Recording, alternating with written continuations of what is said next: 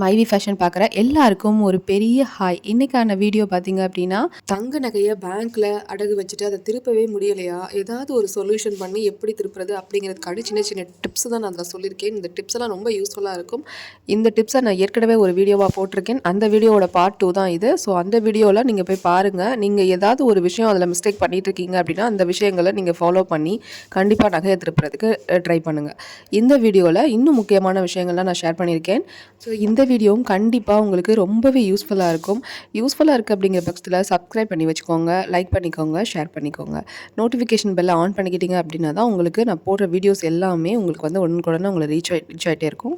So நானுமே நிறைய mistake வந்து பண்ணியிருக்கேன். என்னாலையுமே பார்த்தீங்க அப்படின்னா ஒரு டைம் வந்து நம்ம வச்சுட்டு அதை 1 இயரில் திருப்பணும் அப்படிங்கிற எந்த நகையுமே என்னால் திருப்ப முடியாது. எப்படியும் 2 வருஷம் 3 வருஷமே ஆகிட்டே இருந்துச்சு. ஸோ என்னன்னு பார்த்தீங்கன்னா நானும் நிறைய மிஸ்டேக் பண்ணிட்டு இருந்தேன். நான் என்ன பண்ணேன்னா முதல்ல வந்து திருப்புறதுக்கான ஒரு கோலே வந்து ஃபிக்ஸ் பண்ணவே மாட்டேன்.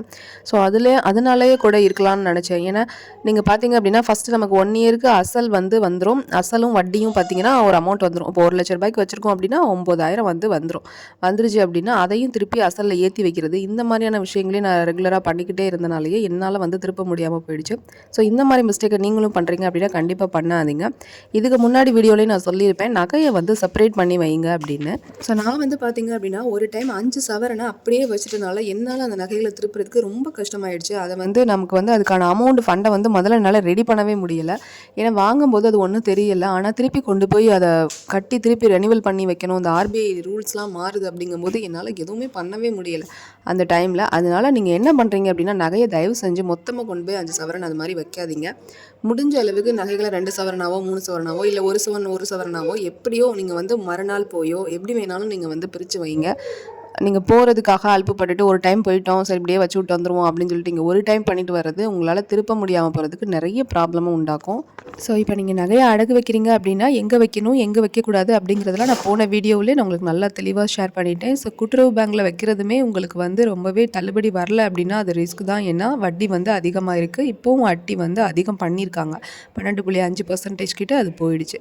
ஸோ இது மாதிரியான விஷயங்கள் எல்லாமே நான் உங்களுக்கு போன வீடியோலேயே ஷேர் பண்ணிட்டேன். இருந்தாலும் இந்த வீடியோலையும் சொல்கிறேன். ஸோ நீங்கள் எங்கே வைக்கணும் அப்படின்னா பேங்க்கில் வைக்கணும், எங்கே வைக்கக்கூடாது அப்படின்னா அடகு கடையில் வைக்கக்கூடாது. அதாவது அடகு கடையில் அதிகமான வட்டி இருக்க பட்சத்தில் நீங்கள் வந்து வைக்காதீங்க. ஸோ மந்த்துக்கே உங்களுக்கு எப்படி அப்படிங்கிற மாதிரி வந்துச்சு அப்படின்னா உங்களுக்கு கண்டிப்பாக வந்து 36,000 வந்து 12 மாதம் அது 3%ங்கும் போது வந்துடும். ஸோ 1 லட்ச ரூபாய்க்கு வச்சிங்க அப்படின்னா 1,36,000 கட்டுற மாதிரி இருக்கும். ஸோ நம்மளால் ரெடி பண்ண முடியாது. முடிஞ்ச அளவுக்கு பேங்க்கில் வைங்க. இல்லை கைமாத்து வாங்கி அந்த நகைகள் அடகு கடையில் வச்சுட்டிங்க அப்படின்னா அதை திருப்பி வைங்க. இல்லை அப்படின்னாலும் உங்ககிட்ட எந்தாவது நகைகள் இருந்துச்சுன்னா அதையே நீங்கள் அடகு கடையிலே கொண்டு போய் வச்சு அந்த அமௌண்ட்டை வாங்கி ஏற்கனவே வச்சுருந்த நகைகளில் பாதியை பிரித்து திருப்பி கொண்டு போய் பேங்க்கில் வச்சு அதுலேருந்து வர அமௌண்ட்டை வாங்கி திருப்பி இந்த அடகு கடையில் இருக்க நகைகளை திருப்பி கொண்டு போய் நீங்கள் பேங்க்கில் வைக்கிறதுக்கு பாருங்கள். இது ஒரு வழி இருக்குது. இந்த வழி நான் போன வீடியோவில் சொல்லலை. ஸோ இதையும் வந்து நீங்கள் யூஸ் பண்ணிக்கலாம். அடுத்தது பார்த்திங்கன்னா முடிஞ்ச அளவுக்கு இந்த வீடியோவில் நான் என்ன சொல்கிறேன் அப்படின்னா நீங்கள் போயிட்டு பேங்க்கில் வைக்கிறீங்க நகையை அப்படின்னா கண்டிப்பாக அந்த நகையை வந்து ஃபோட்டோ எடுத்துக்கோங்க. வீட்டிலேயே நீங்கள் இங்கேருந்து போகிறதுக்கு முன்னாடி ஃபோட்டோ எடுங்க. அப்படி இல்லை அப்படின்னாலும் அங்கே அப்ரைசர் வந்து வைக்கும்போது நீங்கள் வந்து அங்கே ஃபோட்டோ எடுத்துகிட்டு கொடுக்கலாம். அது ஒன்றும் பிரச்சனை கிடையாது. அப்ரைசர்கிட்ட சொல்லிக்கலாம். 2வது அந்த நகையை எடை போடுவாங்க. அந்த டைமில் என்ன பண்ணுறீங்கன்னா அதை வந்து ஃபோட்டோ எடுங்க. இது ரொம்ப முக்கியமானது. நீங்கள் நகையை வந்து உங்கள் ரெசிப்டில் என்ன நோட் பண்ணி கொடுக்குறாங்க, அங்கே எவ்வளோ எடை போடும்போது இருக்குது அப்படிங்கிறத பார்த்து தான் நீங்கள் வந்து ஓகே பண்ணி கையெழுத்து போடணும். சில பேர் வந்து அதை பார்க்குறதே இல்லை. இப்போ வந்து அந்த ரெசிப்டில் வந்து கம்மியாக எழுதிட்டாங்க அப்படின்னா அங்கே இடம் ஒன்று இருக்கும், இங்கே வந்து ரெசிப்ட் உங்களுக்கு கொடுக்குற ரெசிப்டில் வந்து கம்மியாக எழுதி வச்சுருவாங்க. ஸோ அப்போ வந்து ஏதாவது நாளை பின்ன ப்ராப்ளம் வந்துச்சு அப்படின்னா கூட நீங்கள் எதுவும் கேட்க முடியாது. ஸோ ஏதாவது டேமேஜ் ஆகிடுச்சு எனிதிங் எல்ஸ் எதுனாலுமே நீங்கள் கேட்க முடியாது. அதனால் இதில் உள்ள வெயிட்டும் அதில் உள்ள வெயிட்டும் சரியாக இருக்கா, சரியாக நோட் பண்ணி கொடுத்துருக்காங்களா அப்படிங்கிறது பார்க்குறது ரொம்ப ரொம்ப மஸ்ட்டு. அதுக்கப்புறமா பார்த்தீங்க அப்படின்னா நீங்கள் என்ன பண்ணணும் அப்படின்னா ஆர்பிஐ ரூல்ஸ் வந்து ஏகப்பட்ட ரூல்ஸ் போட்டுட்ருக்காங்க. ஸோ வந்து நீங்கள் ஃபுல் அண்ட் ஃபுல் வந்து அமௌண்ட்டை வந்து பே பண்ணி கட்டி திருப்பி தான் நீங்கள் அடுத்து வந்து 2வது நாள் தான் வந்து வைக்க முடியும் அப்படிங்கிற மாதிரி எல்லாம் சொல்கிறாங்க. ஸோ அதுக்கு தான் நான் சொல்கிறேன், நகையை வந்து செப்பரேஷன் பண்ணி வச்சுட்டிங்கன்னா உங்களால் ஈஸியாக சின்ன அமௌண்ட்டு இருக்கும்போது ஈஸியாக போய் உங்களால் வாங்க முடியும். ஸோ நீங்கள் வந்து நகையை வச்சுருக்கீங்க அப்படிங்கிற பட்சத்தில் நீங்கள் ஈஸியாக போய்ட்டு நகையை வாங்க முடியும். ஸோ முடிஞ்ச வரைக்கும் கோல்டை வந்து ஆப்பில் கட்ட பாருங்கள். கோல்டு லோனை வந்து ஆப்பில் கட்டுங்க. ஸோ நிறைய பேங்க்கில் வந்து இது இருக்குது, இந்த ஆப்ஷன் இருக்குது. ஸோ அந்த பேங்க்குக்கான அப்ளிகேஷன் எது அப்படிங்கிறத இன்ஸ்டால் பண்ணிக்கிட்டு அதில் கோல்டு லோன் ரீபேமெண்ட் அப்படிங்கிற ஆப்ஷனை செலக்ட் பண்ணி கோல்டு லோனை வந்து ரீபேமெண்ட் பண்ணுங்கள். நம்ம டிஜிகோல்டு தான் யூஸ் பண்ணியிருப்போம். ஸோ அதிலலாம் எப்படி பே பண்ணணும், காசு எவ்வளோ கம்மியாக நம்ம ₹100 கட்டுறோம், இந்த மாதிரி லோன் ரீபேமெண்ட் பண்ணுறதுக்குன்னு ஒரு பர்சன்டேஜ் அமௌண்ட் இருக்குது. அதை நீங்கள் பேங்க்கில் விசாரிச்சிங்கன்னா சொல்லுவாங்க. ஸோ அந்த மாதிரி ஆப் இருக்க பேங்க்கு, அந்த மாதிரி லோன் ரீபேமெண்ட் பண்ணுற பேங்காக பார்த்து முடிஞ்ச வரைக்கும் முதல்ல அதில் அடகு வைக்க பாருங்கள். நான் ஏன் இதை சொல்கிறேன் அப்படின்னா, நம்மக்கிட்ட ஒரு ₹1000 இருக்குது அப்படின்னா நம்ம போய் கட்டணும் அப்படின்னு யோசிக்கிறது வேற, நம்ம வந்து அக்கௌண்ட்டில் இருக்கிறது அப்படியே போட்டு பேமெண்ட்டை வந்து நம்ம அசல் வட்டியும் குறைச்சி விட்றது வேற. ஸோ இதுக்கும் அதுக்கும் நிறைய டிஃப்ரென்ஸ் இருக்குது. ஸோ அதனால் நீங்கள் முடிஞ்ச வரைக்கும் ஆப்பில் கட்ட பாருங்கள். அடுத்தது பார்த்திங்கன்னா 7 சவரன் இருக்குது அப்படின்னா, ஒரு வேளை வந்து மொத்தமாக அடகு வச்சிட்டிங்க அப்படின்னா, ஒரு அப்ரைசர் சொல்கிற ட்ரிக்கு இப்போ என்ன அப்படின்னா, அந்த 7 சவரன் மொத்தமாக நீங்கள் வந்து அடகு வச்சிட்டிங்க.